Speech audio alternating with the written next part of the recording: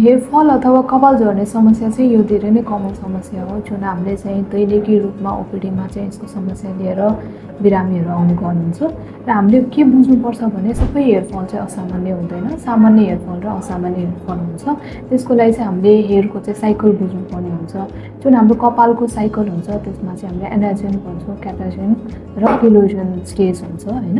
Anagen स्टेजमा चाहिँ हाम्रो जुन कपाल उम्रिने अथवा कपाल चाहिँ बढ्ने प्रोसेसलाई चाहिँ हामीले एनाजेन स्टेज भन्छौँ, जसको हाम्रो 90% कपालहरू चाहिँ एनाजेन स्टेजमा हुन्छ र अर्को चाहिँ क्याटाजेन हुन्छ जसमा चाहिँ कपाल चाहिँ एकचोटि बढिसकेपछि चाहिँ त्यो रोकिने स्टेजलाई चाहिँ क्याटाजेन र त्यो एकचोटि रोकिसकेपछि त्यो कपाल चाहिँ अल्टिमेटली झर्छ, त्यसलाई चाहिँ टिलोजेन स्टेज भन्छौँ। जुन क्याटाजेन र टिलोजेन स्टेज हुन्छ त्यो कपाल चाहिँ हाम्रो 10% कपाल चाहिँ त्यो स्टेजमा हुन्छ। जस्तै नम्बरमा हामीले भन्नुपर्दा 5000 देखि 10000 कपाल चाहिँ हाम्रो क्याटाजेन टिलोजेन स्टेजमा हुन्छ जुन चाहिँ अल्टिमेटली झर्न लागेको कपाल हुन्छ। र हाम्रो दिनमा चाहिँ त्यो क्याटाजेन टिलोजेन मध्ये पनि 1% भनेको जस्तै गन्दाखेरि हाम्रो 100 जति कपाल चाहिँ नर्मली डेली नै झर्ने गर्छ। यो चाहिँ हाम्रो नर्मल हेयर साइकल नै हो। यदि 100सम्म कपाल झर्छ भने नुहाउँदाखेरि अथवा कपाल कोर्दाखेरि झर्छ भने चाहिँ त्यो चाहिँ हाम्रो नर्मल नै हेयर फल हो। तर यदि तपाईँको चाहिँ कपाल त्योभन्दा बढी झर्न थालेको छ अथवा बाथरुममा चाहिँ नुहाउँदाखेरि कपाल धेरै झरेको देखिनु भएको छ अथवा सिरानीमा चाहिँ कपाल धेरै झरेको अथवा तालुपन देखिन थालेको छ भने चाहिँ हामीले त्यसलाई चाहिँ असामान्य हेयर फल भन्छौँ। त्यसको चाहिँ विविध कारणहरू हुनसक्छ र प्रमुख कारण चाहिँ हाम्रो कुनै पनि डेफिसियन्सी अथवा हैन न्युट्रिसनल डेफिसियन्सी जस्तै कुनै चिजको कमी जस्तै भिटामिन डी, भिटामिन B12 अथवा आइरन, फेरिटिनको कमीले गर्दा चाहिँ हुनसक्छ।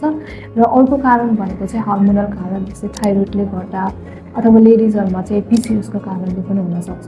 र एउटा हामीले छुटाउनै नहुने कारण भनेको चाहिँ स्ट्रेस पनि हो। कसैलाई एकदमै तनाव छ, स्ट्रेस छ अथवा राम्रोसँग निद्रा पुगिरहेको छैन भने पनि हेयर साइकललाई चाहिँ त्यसले असर गर्छ र हेयर फल चाहिँ बढी हुन्छ। र अरू कारण चाहिँ जस्तै कुनै पनि जस्तै अब केटा मान्छेमा स्पेसली हामीले कुरा गर्नुपर्दा चाहिँ जुन जेनेटिक कारण हुन्छ हैन, त्यसलाई चाहिँ हामीले MAGA अथवा नेपालीमा चाहिँ त्यसलाई तालुपना भन्छ। त्यो भनेको मेल एन्ड्रोजेनेटिक एलोपेसिया हो, जसमा चाहिँ केटा मान्छेमा चाहिँ पुरुषहरूमा हामीले बिचमा यस्तो बिच भागबाट चाहिँ कपाल चाहिँ बिस्तारै बिस्तारै तालो हुँदै गएको देखिन्छ। त्यो चिज चाहिँ खास जेनेटिक हुन्छ हैन। अर्को त्यस्तै जेनेटिक जुन फिमेलमा हुन्छ त्यसलाई चाहिँ हामीले फिमेल प्याटर्न हेयर लस भन्छौँ। त्यसमा पनि जुन महिलाहरूले जुन सिउँदो बनाउनुहुन्छ त्यसलाई अलिकति चौडा हुँदै गएको नोटिस गर्न थाल्नुभएछ अथवा कपाल चाहिँ तालु देखिन थालेको नोटिस गर्न थाल्नुभएको छ भने चाहिँ त्यसलाई चाहिँ हामीले फिमेल प्याटर्न हेयर लस भन्छौँ र यिनीहरू चाहिँ जेनेटिक अथवा हर्मोन रिलेटेड कारणहरूले गर्दा हुन्छ। र अरू भनेको अरू कुनै बिमारी जस्तै लुपसले गर्दा अथवा कपालकै बिमारी जस्तै एलोपेसिया एरिएटाले पनि कपालहरू झर्ने गर्छ है।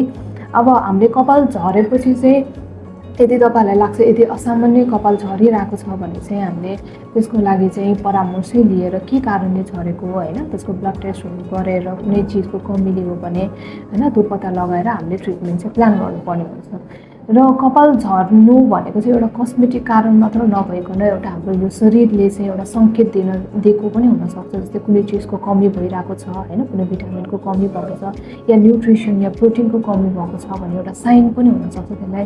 त्यही भएर कपाल झर्नुलाई हामीले कस्मेटिक मात्र नलिएर कुनै रोग, भित्री रोगको कारणले हो कि त्यो पनि पत्ता लगाउनु पर्ने हुन्छ। र एकचोटि असामान्य कपाल झरिरहेको छ भने हामीले चाहिँ त्यही अनुसारले चाहिँ प्लान गर्छौँ हैन, ब्लड टेस्टहरू गरेर अथवा त्यो ब्लड टेस्ट सबै नर्मल छ भने चाहिँ हामीले जेनेटिक कारणले हुनसक्छ कि भनेर त्यो अनुसार चाहिँ ट्रिटमेन्ट प्लान गर्छौँ। र ट्रिटमेन्टमा चाहिँ कुन चिजको हैन जुन चिजको कमी छ त्यसलाई सप्लिमेन्ट गराउने प्लस अब एन्ड्रोजेनेटिक एलोपेसियाहरू छ भने चाहिँ हर्मोनल थेरापी जस्तै मिनोक्सिडिल, फिनास्टेराइडहरू पनि हामीले युज गर्छौँ। र अहिले नयाँ हाम्रो हेयर ग्रोथको लागि नयाँ विधिहरू पनि आएको छ जस्तै हामीले PRP अथवा GFC थेरापीहरू भन्छौँ हैन।